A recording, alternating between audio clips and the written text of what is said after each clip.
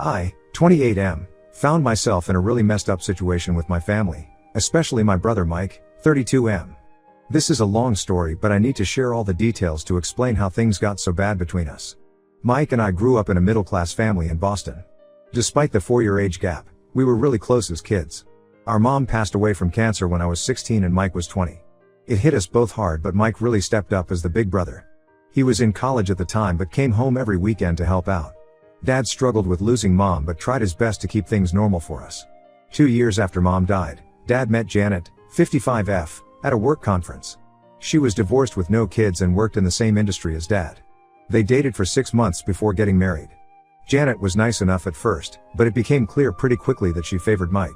I tried not to let it bother me since I was already 18 when she came into our lives, but it still hurt sometimes. Growing up, Mike was always the golden child of the family.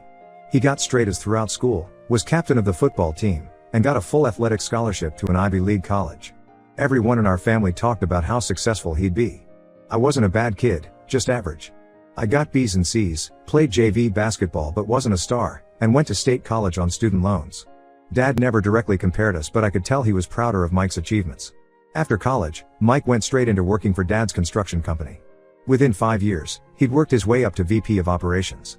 Meanwhile, I got an okay job in marketing at a local firm. The pay was decent but nothing spectacular. Mike bought a big house in the suburbs with his wife Sarah, 30F, while I rented a 1-bedroom apartment in the city. Our grandmother, Dad's mom, lived about an hour away in this beautiful old Victorian house.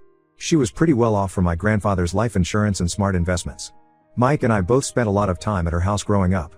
She taught me how to garden and cook, while she and Mike would spend hours talking about business and investments. I always thought she was closer to Mike because they had more in common. Last year, Grandma passed away after a short battle with pneumonia. The whole family gathered for the reading of her will. I expected Mike to inherit the house since he had a family and made better money. Everyone seemed to think that's how it would go. But when the lawyer read the will, I was shocked to learn she'd left me the house and a significant amount of money, around $400,000 in total. Mike only got some family heirlooms, antique furniture, photo albums, and Grandpa's old watch collection. The look on his face when the lawyer announced everything is something I'll never forget. He tried to play it cool, but I could tell he was angry and hurt. Janet immediately started questioning if Grandma had been in her right mind when she wrote the will, but the lawyer confirmed everything was legally sound. I decided to rent out Grandma's house since I liked my apartment and it was closer to work. The rental income helped me save up and live more comfortably. I also started fixing up parts of the house on weekends, using skills Grandma had taught me. Mike never directly brought up the inheritance again, but things got weird between us. He stopped inviting me to family gatherings at his place. When I tried to arrange hangouts, he always had excuses. Work was busy, the kids were sick, he had plans with Sarah's family. At Dad and Janet's house, he'd barely acknowledge me. I figured he just needed time to process everything. 3 months ago, my apartment building got taken over by new management. Within weeks, they claimed they'd received multiple noise complaints about me. This made no sense. I live alone, work long hours, and rarely even have friends over. My neighbors never had issues with me before. Then they said someone reported me for having an unauthorized pet. I don't even have a pet, I'm allergic to cats and don't have time for a dog. When I pointed this out, they claimed they'd gotten photos showing a cat in my window. I asked to see these photos, but they always had excuses for why they couldn't show them. Finally, they hit me with a series of lease violations, unauthorized modifications to the apartment, I hadn't changed anything, excessive guests, I barely have visitors, and noise violations during quiet hours, I'm usually asleep by 10. Despite providing evidence that none of this was true, they informed me they wouldn't be renewing my lease when it ended in 30 days. I was forced to move into a crappy monthly rental while looking for something permanent. The whole situation seemed suspicious, so I started asking around. My next door neighbor mentioned she'd seen Mike talking to the building manager multiple times in the weeks before the complaint started. When I asked why my brother would be there, she said they seemed to be having intense conversations in the manager's office. I confronted Mike about it, but he completely denied everything. He claimed he'd only been in the building once to drop off a birthday card, which I never received.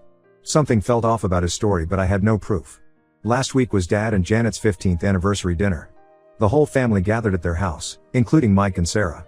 Everyone was talking about my apartment situation and Mike was acting all concerned, asking if I'd found a new place yet, offering suggestions for areas to look. Something in me snapped. I revealed right there that I knew he'd been talking to my building manager. I had gotten security camera footage from the building showing him entering the management office at least 5 times over 2 weeks.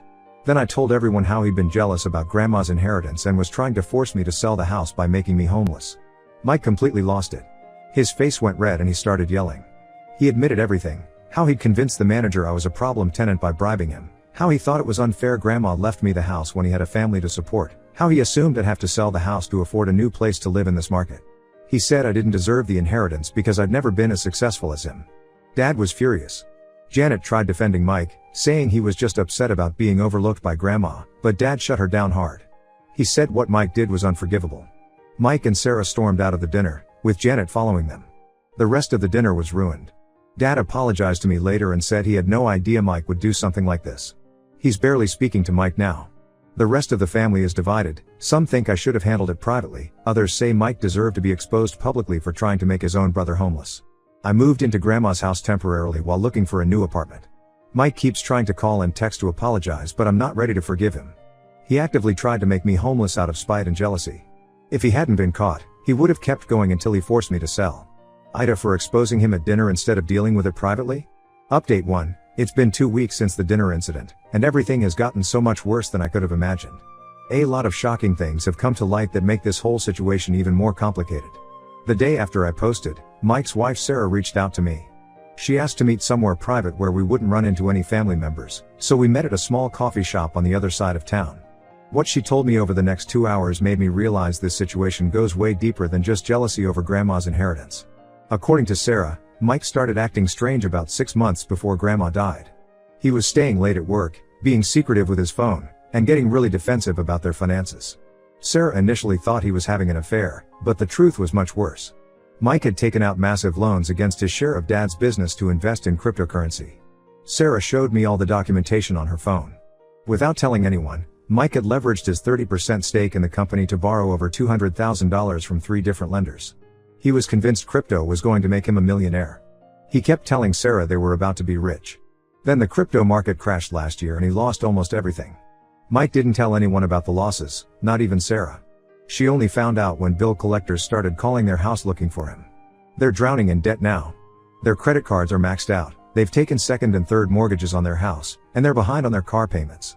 Sarah showed me their bank statements, they're barely staying afloat. This is where things get even more twisted. Mike had apparently convinced himself that since I got Grandma's inheritance, he deserved to inherit Dad's entire business to make things fair. He thought if he could force me to sell Grandma's house, I'd have no choice but to move away for work since I wouldn't be able to afford living in this area anymore. Then he'd have Dad's full attention and eventually talk him into signing over the whole company. Sarah found emails between Mike and the building manager where they planned the whole thing. Mike paid the guy $5,000 to fabricate complaints and force me out. He was planning to do the same thing wherever I moved next until I had no choice but to leave town. The building manager even suggested ways to make the harassment seem legitimate so I couldn't fight it legally. What makes this even worse is that Mike has been embezzling from Dad's company to cover his loan payments. Sarah found spreadsheets where he's been cooking the books, moving money between accounts to hide the missing funds. Dad has no idea his company's finances have been compromised. Mike somehow managed to hide it during their last audit. Sarah is filing for divorce. She said this whole situation opened her eyes to who Mike really is. She can't trust him anymore after discovering the massive debt and seeing how he tried to sabotage his own brother. She's been quietly moving whatever money is left into separate accounts and meeting with divorce lawyers. She's terrified Mike will empty their accounts if he finds out she's leaving. She begged me not to tell Dad about the loans and embezzlement yet. She's worried Mike might do something really desperate if everything falls apart at once.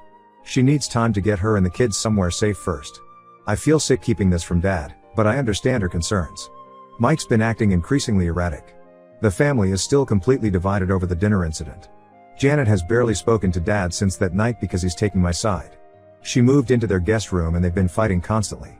My aunts and uncles are choosing sides. Mom's family is supporting me while most of Dad's siblings are defending Mike. Some of my cousins reached out to reveal that Mike had been trying to turn them against me for months. He told them I had manipulated Grandma while she was sick, convincing her to change her will in my favor. He claimed I had prevented him from visiting her in her final weeks.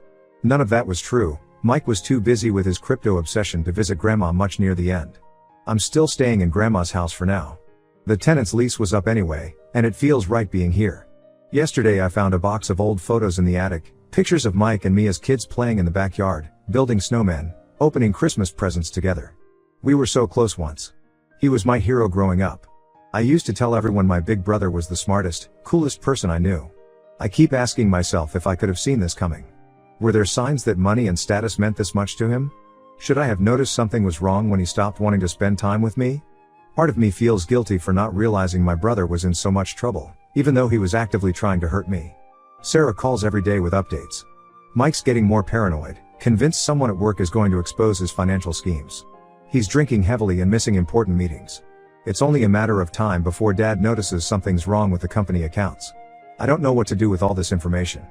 Mike's actions are unforgivable. He tried to make me homeless out of pure greed and spite. But he's still my brother, and knowing he's about to lose everything doesn't make me feel any better. If I tell Dad about the loans and embezzlement, it will destroy any chance of our family ever healing from this. But can I really keep quiet while Mike steals from our father to cover his gambling debts? I never thought my brother's jealousy over an inheritance would uncover something this dark. Money really does destroy families. I'll update again when I decide what to do about telling Dad. Update 2. It's been 2 months since my last update, and everything has completely fallen apart in ways I never imagined possible. I had to tell Dad about Mike's loans because things got really dangerous. 3 weeks ago, Sarah finally filed for divorce and moved in with her sister, taking the kids with her. She waited until Mike was at work, packed their essential belongings, and left. She had already transferred most of their accessible money to new accounts. When Mike came home to an empty house and divorce papers, he completely lost it. He showed up at Grandma's house at 2 a.m., completely drunk and out of control. He was screaming in the front yard about how I'd ruined his life, destroyed his marriage, and turned everyone against him. My neighbors called to warn me he was out there with a gas can, threatening to burn down the house. He kept yelling about how if he couldn't have Grandma's house, no one should. I called the police and locked myself in the upstairs bathroom. I could hear him breaking windows downstairs. By the time the police arrived, he'd already poured gasoline on the front porch. They arrested him before he could light anything on fire. The next morning, I filed for a restraining order. When Dad asked why Mike would try to burn down the house, I had to tell him everything: the crypto losses, the hidden loans, the embezzlement from the company. Sarah sent over all the documentation she'd collected. Dad spent hours going through everything, getting paler by the minute as he realized how much money Mike had stolen. Dad had to bring in forensic accountants to review everything. They discovered Mike had taken over $300,000 from the company, way more than Sarah originally found. He'd been falsifying invoices, creating fake vendor payments, and moving money between accounts to hide the theft. Dad had to contact all their major clients and the bank to deal with the fallout. Mike got fired immediately. Dad had to restructure huge parts of the company to cover the missing money. He mortgaged several properties and had to lay off some long-time employees. The business will survive, but it's been badly damaged. Some clients pulled their contracts after news got out. Janet finally showed her true colors through all this. Instead of being horrified by what Mike did, she blamed me for exposing him. She said I should give Mike half of Grandma's inheritance to help him pay back the money and keep him out of jail. When Dad refused to support her crazy demand, she moved out. They're separating now too. After making bail, Mike disappeared for a few weeks. Nobody knew where he went. Then last week, he tried accessing the company accounts again from a hotel computer. When that failed, he emptied what was left in his and Sarah's joint accounts, her backup savings she hadn't been able to transfer, and bought a plane ticket to Mexico. Thankfully, Sarah had put a fraud alert on their accounts. The bank notified her, and she contacted the police. They caught him at the airport with fake travel documents and nearly $50,000 in cash. Sarah pressed charges for financial fraud and violating the restraining order. The DA is also looking at charges for attempted arson and embezzlement. The police investigation revealed more about Mike's scheme with my old building manager. He'd paid the guy nearly $15,000 in bribes to fabricate lease violations and force me out. The manager confessed everything, hoping for leniency. He provided copies of texts showing Mike had planned to follow me to any new apartment and do the same thing again. Dad is trying to hold everything together, but I can tell he's really struggling. He apologized again for not seeing what Mike had become. I don't blame him. Mike fooled everyone. Dad had to postpone his retirement and will probably have to work several more years to rebuild the company's finances. The family is still divided, but now it's worse. Janet's family is spreading rumors that I somehow tricked Mike into stealing money and manipulated Sarah into leaving him. Mom's family has completely cut contact with that side. Holiday gatherings are probably ruined forever. Mike's facing serious prison time between the fraud, embezzlement, and attempted arson charges. His lawyer is trying to negotiate a plea deal, but the DA isn't being lenient given how much money was involved. Sarah's divorce is moving forward and she's seeking full custody, which seems likely given everything that's happened. I'm still living in Grandma's house. The attempted arson damaged the porch and some windows, but it's mostly repaired now. Every time I look at the scorch marks that wouldn't come off, I wonder how my own brother could hate me enough to try burning down our childhood memories. Money and greed really can poison people's souls. Dad comes over more often now. We're slowly rebuilding our relationship without Mike and Janet's toxic influence. But sometimes I catch him staring at those old family photos on the wall, and I know he's wondering where he went wrong with Mike. I wish I had an answer for him. Update 3. A year has passed since the original events, and I wanted to give a final update on how everything turned out. A lot has changed in our family, and some wounds may never fully heal. Mike took a plea deal 6 months ago. He's serving 18 months in a minimum security prison for fraud, embezzlement, and attempted arson. The DA pushed for a longer sentence, but his lawyer argued that his crypto addiction was like gambling addiction and he needed treatment more than punishment. He could have faced up to 5 years, so I guess he got lucky. Sarah's divorce was finalized 3 months ago. She got full custody of their kids, with Mike only allowed supervised visits after his release. She found out she was pregnant right after leaving him, which made everything more complicated. The baby was born last month, and Mike wasn't allowed to be there. She's moved to another state to be closer to her family and start fresh. Dad's business survived but took a massive hit. He had to sell 40% of the company to an investor to cover Mike's debts and keep things running. He's working longer hours than ever at 65, trying to rebuild what Mike destroyed. The investor wants him to stay on for at least 3 more years before retirement. Sometimes I catch him looking so tired and defeated, it breaks my heart. Janet tried contesting their prenup during divorce proceedings, claiming Dad had hidden assets. She lost badly when her own emails about Mike's theft were presented in court. She moved back to her hometown in Florida, but still tries stirring up drama through social media. She posts cryptic messages about betrayal and how money destroys families, obviously aimed at me. I renovated Grandma's house and decided to make it my permanent home. During renovations, I found her old diaries in a wall space we were opening up. She had written extensively about her concerns regarding Mike's materialism and entitlement. She noticed how obsessed he'd become with money and status, even before the crypto gambling started. The most revealing entry was from 3 months before she died. She wrote about her decision to leave me the house, saying she knew Mike would only see it as a financial asset to leverage. She believed I'd appreciate it for the memories and family history it held. Reading her words made me feel closer to her than ever. She saw what was happening with Mike before any of us did. Dad comes over for dinner twice a week now. We're closer than we've been since Mom died. He's finally started seeing someone, not dating, but a grief counselor to deal with everything. Losing Mike to prison and greed feels like another death in the family. Mike sends letters sometimes from prison. I haven't opened any of them. They sit in a box in my closet. Maybe someday I'll want to know what he has to say, but right now the wounds are still too fresh. Dad reads his letters and says Mike claims he's changed, that prison has helped him realize what he lost. I'm not ready to believe that yet. The family remains fractured.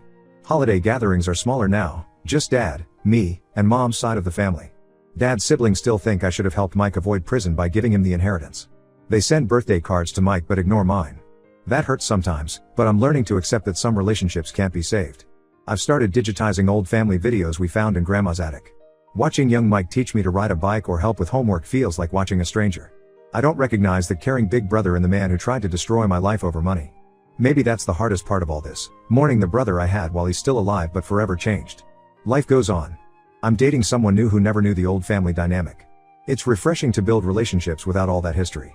But some nights, when I'm alone in this big house, I still wonder if there was anything I could have done differently to prevent my brother's downfall. Those thoughts probably won't ever go away completely. For now, I'm focusing on building my life and being there for Dad. Some bridges stay burned, and that has to be okay.